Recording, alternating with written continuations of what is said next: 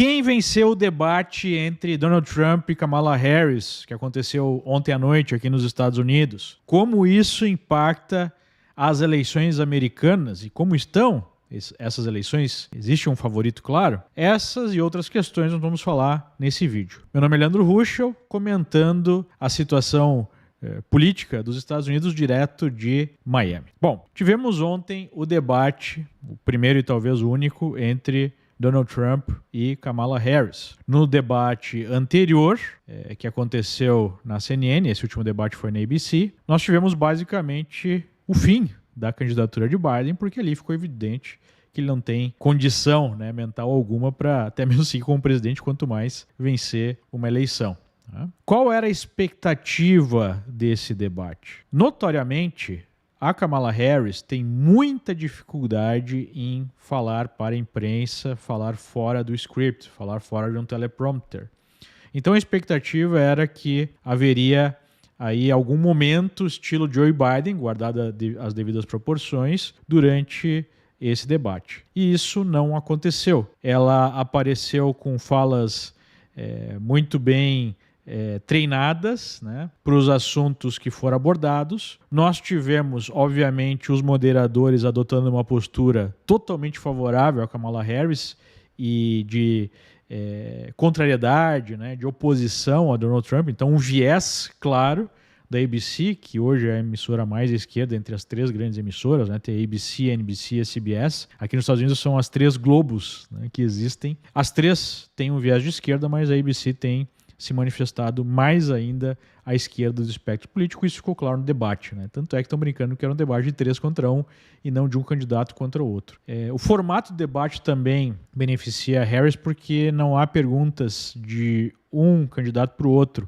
Apenas os moderadores fazem pergunta, fazem intervenções, abrem e cortam os microfones. Então, já se esperava um viés favorável a Kamala Harris, foi um viés ainda mais favorável do que esperado, mas o que não aconteceu e acabou favorecendo a Kamala Harris é o fato dela ter conseguido se expressar minimamente bem, ter conseguido conectar as ideias. Por que isso é importante? Mesmo, na minha opinião, ela não tendo ganho o debate, ela acabou sendo favorecida pelo debate, porque há muitos eleitores que são de esquerda, mas de uma esquerda mais moderada, ou independentes, mas que tendem mais a um pensamento esquerdista, que temem sim a Kamala Harris pela sua clara incapacidade de lidar com os assuntos, por não parecer ser uma grande líder. Você pode gostar ou pode não gostar do Trump, mas uma coisa é notória: ele tem uma posição de poder e ele projeta esse poder sobre as pessoas, essa postura de um chefe de Estado, de um líder, coisa que a Kamala Harris não tem. Mas esse grupo de indecisos ou de pessoas mais à esquerda, de centro-esquerda, podem ter diminuído esse receio de votar na Kamala Harris ao ver o debate e observar ela minimamente se expressando e conseguindo passar algumas ideias. É muito difícil saber exatamente qual é a influência do debate. Eu sempre falo que um debate ele costuma mudar a situação política, a situação de uma eleição, quando há um vencedor definido, ou há um perdedor, claro, como foi no caso do Joe Biden, em que ele basicamente não conseguia falar, não conseguia expor as suas ideias. Então, quando isso acontece, sim, há um impacto profundo. Mas numa situação, como foi o debate de ontem, em que não há um claro vencedor e nenhum candidato conseguiu nocautear o outro, você não tem aí claramente qual é o impacto na intenção de voto, além daquele que eu já expliquei aqui. Tanto é que nos mercados de aposta, o Polymarket, que é o maior deles, o Trump antes do debate estava 5 pontos mais ou menos à frente e agora volta a um empate. Então, o mercado está muito dividido, o mercado de apostas, e as pesquisas mostram um empate nos estados-chave. A Kamala Harris tem, na média das pesquisas, uma pequena vantagem no voto popular, mas isso é comum entre os democratas, porque estados muito populosos, principalmente a Califórnia, puxa esse efeito, assim como Nova York, eles votam 60%, 70%, 80% do Partido Democrata. Então, no voto popular, os democratas têm uma tendência mais favorável. Só que a eleição é em cima do colégio eleitoral, ou seja, nos estados. E nos estados-chave, Pensilvânia à frente, as pesquisas estão mostrando uma certa vantagem na margem de erro para o Donald Trump. Pela estatística, pelo padrão histórico do comportamento das pesquisas, esse resultado é muito positivo para Trump. É por isso que no modelo, por exemplo, do Nate Silver, ele aparece já com mais de 60% de chance de vitória. Estava a Kamala Harris um pouco à frente quando foi modificada a candidatura, né? Saiu o Joe Biden e entrou a Kamala Harris. Então essa é a minha visão, assim, em relação a como foi o debate e como isso pode influenciar as eleições. Em termos de conteúdo, o grande ponto positivo do debate para o Trump foi colar nela a pecha de uma candidata de extrema esquerda que está moderando o discurso, mas que não mudou as suas visões extremadas, né? Por exemplo, a ideia de ter saúde só pública. Aqui nos Estados Unidos a saúde ainda é privada, mesmo com o Obamacare, né? O Obamacare é um mercado de seguros de saúde para as pessoas com algum benefício para quem tem uma renda menor, né? Algum subsídio para quem tem uma renda menor, mas é um mercado basicamente privado. A Kamala Harris, em várias oportunidades no passado, disse que queria um mercado de saúde 100% público. Ela ser contra a exploração de petróleo por fracking, que é o que possibilitou os Estados Unidos chegarem, né, o primeiro lugar como produtor do mundo, ou seja, ser uma agenda verde radical. Na pauta de costumes, como se fala no Brasil, ela tem uma postura totalmente pró-ideologia de gênero. No programa dela, ela defende que o Estado banque cirurgias, né, de mudança de sexo entre imigrantes que estão presos por entrarem nos Estados Unidos e cometerem um crime, por exemplo, né? Não é só definir a mudança de sexo até mesmo para crianças. Ela defendeu no passado uma política de imigração aberta, com o fim da polícia de imigração. Durante o movimento Black Lives Matter, ela defendeu a diminuição de recursos para a polícia. Uma coisa que o Trump apresentou no debate foi a defesa dela para soltura de pessoas que foram pegas cometendo vandalismo e de outros crimes durante, né, aquelas arruaças promovidas pelo Black Lives Matter, toda a política de desencarceramento em massa. Ela quer aumentar impostos, ela quer aumentar o tamanho do Estado. Então, ela é uma esquerdista radical e o Trump colou na testa dela essa pecha.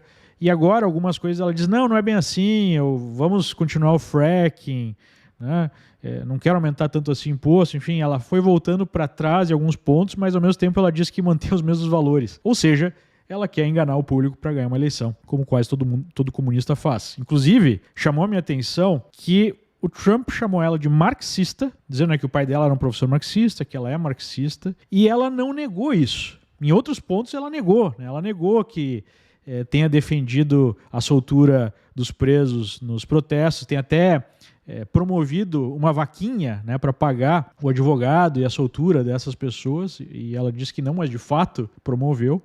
Os moderadores questionaram, né, ficaram fazendo fact-checking com o Trump a todo momento, eles não checaram em nenhum momento mentiras que ela falou, mas enfim, eu acho que ele conseguiu colar nela essa pecha. Especialmente na imigração, ele foi muito firme, né, e mostrou o desastre da administração Biden. Ele mostrou o desastre da administração Biden na política externa. Ele falou, olha, enquanto eu era presidente não teve nenhuma guerra no mundo. Quando vocês assumiram, teve aquela saída vergonhosa do Afeganistão, teve a guerra na Ucrânia, teve o atentado lá em Israel. Esse é um outro aspecto interessante, né? Porque ela disse que defende Israel com unhas e dentes, mas na verdade ela deu várias sinalizações para a ala mais radical do Partido Democrata, que é pró-Hamas. Do lado das fragilidades do Trump, que ele fez de errado, foi basicamente ter falado um pouco da economia, que a economia é o grande calcanhar de Aquiles. Se os democratas perderem, será por conta da inflação dos Estados Unidos. Apesar da economia estar andando, a inflação está comendo o poder de compra da classe média pelas pernas, né? As coisas aqui nos Estados Unidos estão muito caras e está cada vez mais difícil para as pessoas comprarem. Então esse é o efeito de um Estado que expande muitos gastos, como fez o governo americano, de uma certa forma faz a mesma coisa o governo brasileiro. Você mantém a economia aquecida, mas de forma artificial, o que acaba gerando inflação e perda de poder de compra das pessoas. E o Trump não explorou esse direito. Falou um pouco sobre isso, mas não explorou isso direito e até alguns pontos ficou na defensiva. O aspecto positivo da Kamala Harris foi conseguir passar a mensagem, algumas vezes, que ela não é o Joe Biden, que ela é uma alternativa, sugerindo que ela não concorda com tudo que Biden fez e que ela seria uma voz diferente que promoveria, então, uma mudança de agenda. O que, de fato, não é verdade, mas ela conseguiu passar essa mensagem. Então, muitas vezes o Trump focou muito no Biden, mas não falou muito dela como integrante da administração. Então acho que esse foi o grande ponto positivo para ela, além da capacidade de conseguir expressar. Me pareceu que ela foi muito bem treinada para o debate. Ela parece muito como uma atriz, né? Me passa uma ideia muito falsa. Um aspecto negativo também foi ela fazendo caras e bocas enquanto o Trump falava. O Trump manteve um semblante mais sério, mais neutro ao longo do debate, né? Então, dá para se ver aí que não teve nenhum momento definidor, mas pela Kamala Harris ter tido uma performance melhor do que era esperado pela dificuldade dela falar, ela acabou ganhando alguns pontos, né? Eu vejo ainda uma vantagem de Trump. Eu acho que ele tem uma boa chance, uma maior chance de vencer. Eu acho que aquele modelo do Newt Silver, pela minha percepção pessoal, está mais ou menos correto, 60% a 40%, mas isso ainda é muito indefinido. E nós temos que levar em consideração que já começa a votação antecipada aqui nos Estados Unidos daqui uma semana e meia. E muita gente pode votar por correio, que é um problema para o próprio Trump. Tem a questão dos ilegais, né, que vários casos estão surgindo à tona para mostrar, né, que é possível para ilegais conseguirem se cadastrar e votar dependendo do estado, especialmente nos estados democratas que não controlam bem quem pode e quem não pode votar, e isso pode definir as eleições, né? Mas mesmo assim, levando tudo isso em consideração, eu vejo uma vantagem, um favoritismo de Donald Trump. E é muito importante, né, essa eleição americana, porque ela vai definir um norte para o mundo por longo prazo. Uma vitória de uma extremista de esquerda como Kamala Harris teria um impacto direto no mundo, especialmente no Brasil, porque a gente está vendo esse tipo de postura, né, mais radical, de censura, de perda de direitos individuais, de um Estado mais opressor, ganhando terreno em países como o Brasil e até mesmo em países ocidentais, como estamos observando na Europa. Além disso, uma Casa Branca fraca, uma liderança fraca nos Estados Unidos, aumenta a agressividade de players totalitários como Rússia, como China, como Irã, entre outros. Então, essa é a minha avaliação do debate e as suas implicações.